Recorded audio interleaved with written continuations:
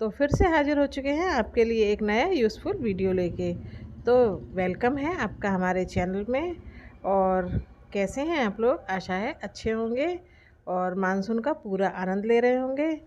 तो आज की जो हम टिप्स लेके आए हैं वो आप सभी के लिए बहुत ही ज़्यादा यूज़फुल होने वाली हैं।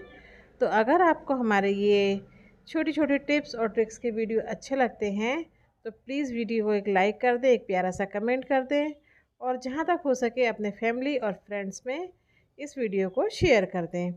तो आइए आज का ये वीडियो स्टार्ट करते हैं। तो सबसे पहली जो हमारी टिप्स है वो है प्याज को लेके। जब हम प्याज को काटते हैं तो आपने देखा होगा कि प्याज हाथों में स्मेल आने लगती है। ये एक नॉर्मल सी बात है।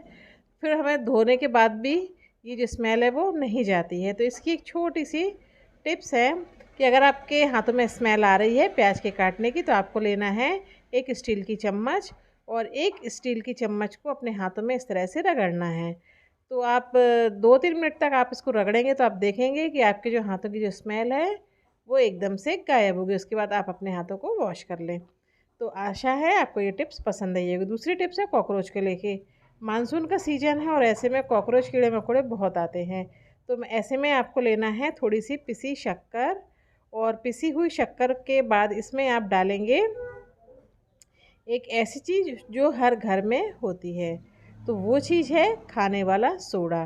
तो जितनी क्वांटिटी आप पिसी हुई शक्कर की लेंगे उतनी ही क्वांटिटी आप सोडा की लेंगे और दोनों को मिक्स करके आप जहाँ पे बहुत ज़्यादा कॉकरोच आते हैं वहाँ पे आप इसको इस मिश्रण को फैला दें। तो जब कॉकरोच शक्कर को खाने के लिए आएंगे तो सोडा को उसके साथ सोडा भी खाना पड़ेगा उन्हें, क्योंकि दोनों चीज़ें मिक्स हैं और खाते ही वो भाग जाएंगे। तो आशा है आपको ये टिप्स भी अच्छी लगी होगी। बढ़ते हैं आगे। अगली जो टिप्स है वो है इस तरह के जब भी कोई भगोने या किसी भी बर्तन में से हम कोई चीज़ जैसे हम चावल बनाते हैं तो कुछ लोग ऐसे बनाते हैं कि उसमें से जो माड़ होता है वो निकालते हैं, स्टार्च बोलते हैं। तो कुछ लोग इस तरह से चावल का पानी निकाल के फिर खाते हैं। तो जब आप इस तरह से ढक्कन को बंद करके जब आप डालते हैं तो आपने देखा होगा कि या तो पानी नहीं निकलता है और या फिर अगर कुछ ज़्यादा बड़ी चीज़ लगा देते हैं या थोड़ा सा ढक्कन खोल देते हैं तो जो भी उसके अंदर चीज़ होती है वो बाहर निकल जाती है। तो इससे बचने के लिए आपको एक छोटी सी ट्रिक यूज़ करनी है। आपको लेना है एक माचिस की तीली और ढक्कन में आप इस तरह से उसको फंसा देंगे और उसके बाद जब आप पानी को निकालेंगे, इसमें से रिंस करेंगे तो आप देखेंगे कि उतना ही पानी निकलेगा जितना की ज़रूरत हो। यानी कि पानी भी निकल जाएगा, ढक्कन भी बंद रहेगा और आपका जो सामान है उसमें वो भी बाहर नहीं गिरेगा। तो ये छोटी सी एक ट्रिक है जिसको यूज़ करके आप अपने काम को काफ़ी ज़्यादा आसान बना सकते हैं।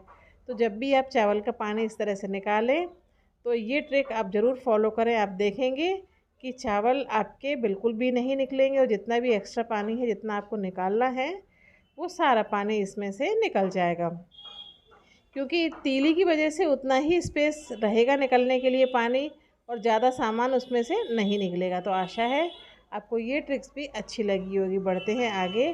अगली जो ट्रिक है वो है साबुन या फिर शैम्पू के इस तरह के बॉटल को लेके। तो आपने देखा होगा कि जब भी इस तरह के जो बड़े हम शैम्पू के या हैंड वॉश के जो पैकेट डिब्बा ले आते हैं तो इसमें से जब भी हम निकालते हैं तो जो शैम्पू या जो साबुन होता है वो ज़्यादा निकल आता है। अब इसमें से वापस हम डाल तो सकते नहीं हैं, तो ऐसे में फिर या तो उसको हमें पूरा यूज़ करना होता है या फिर फेंकना पड़ता है। तो इसमें काफ़ी ज़्यादा हमारा जो सामान है वो वेस्ट होता है। तो इससे बचने के लिए आपको लेना है एक रबर। तो रबर बैंड के को आप इसके नेक में इस तरह से फंसा देंगे, 2-3-4 इसको फोल्ड करके इसमें लगा देंगे। तो जब भी आप इसको प्रेस करेंगे तो ये उतना ही दबेगा जितना आप इसको थोड़ा सा ही, मतलब जितना आपको लेना हो उतना ही इसमें से जो साबुन है शैम्पू है वो निकलेगा और आपका सामान जो है वो वेस्ट नहीं होगा। अगली ट्रिक है इस तरह से ग्लास को लेके। कई बार ऐसा होता है कि जब ज़्यादा ग्लास में पानी भर जाता है या फिर दूध अगर हमें पीना होता है और ज़्यादा धोखे से ग्लास में ज़्यादा डल जाता है तो जब उसको हम लेके जाते हैं तो वो इस तरह से छलकता है और फैलने लगता है। तो जब भी अगर इस तरह की कंडीशन आपके सामने आए कि आपने ग्लास में ज़्यादा दूध भर लिया है या कोई भी चीज़ है ज़्यादा भर गई है, तो वो फैले नहीं, उसके लिए आपको क्या करना है, आपको एक स्टील की चम्मच लेनी है और इसमें आप डाल देंगे। जो भी आपका ग्लास भरा हुआ है उसमें आप जब डाल देंगे तो आप देखेंगे कि जो भी इसमें दूध है या शरबत है या फिर कोल्ड ड्रिंक है या कुछ भी चीज़ है, वो चीज़ फैलेगी नहीं, क्योंकि चम्मच की वजह से वो बैलेंस हो जाएगी और जो भी चीज़ है आपकी वो फैलेगी नहीं। तो ये ट्रिक आप फॉलो करके देखना। तो कौन सी ट्रिक आपको सबसे बेस्ट लगी है कमेंट सेक्शन में एक बार ज़रूर आप बताना। तो बढ़ते हैं अगली ट्रिक की तरफ। अगली ट्रिक है लहसुन को छीलने को लेके। लहसुन छीलने की कई ट्रिक मैंने पहले भी आपको बताई हैं और एक बिल्कुल नया तरीका यहाँ पे मैं आपको बताने जा रही हूँ। तो जब भी आपको लहसुन छीलना हो ना, तो लहसुन की कलियाँ आप इस तरह से अलग कर लें।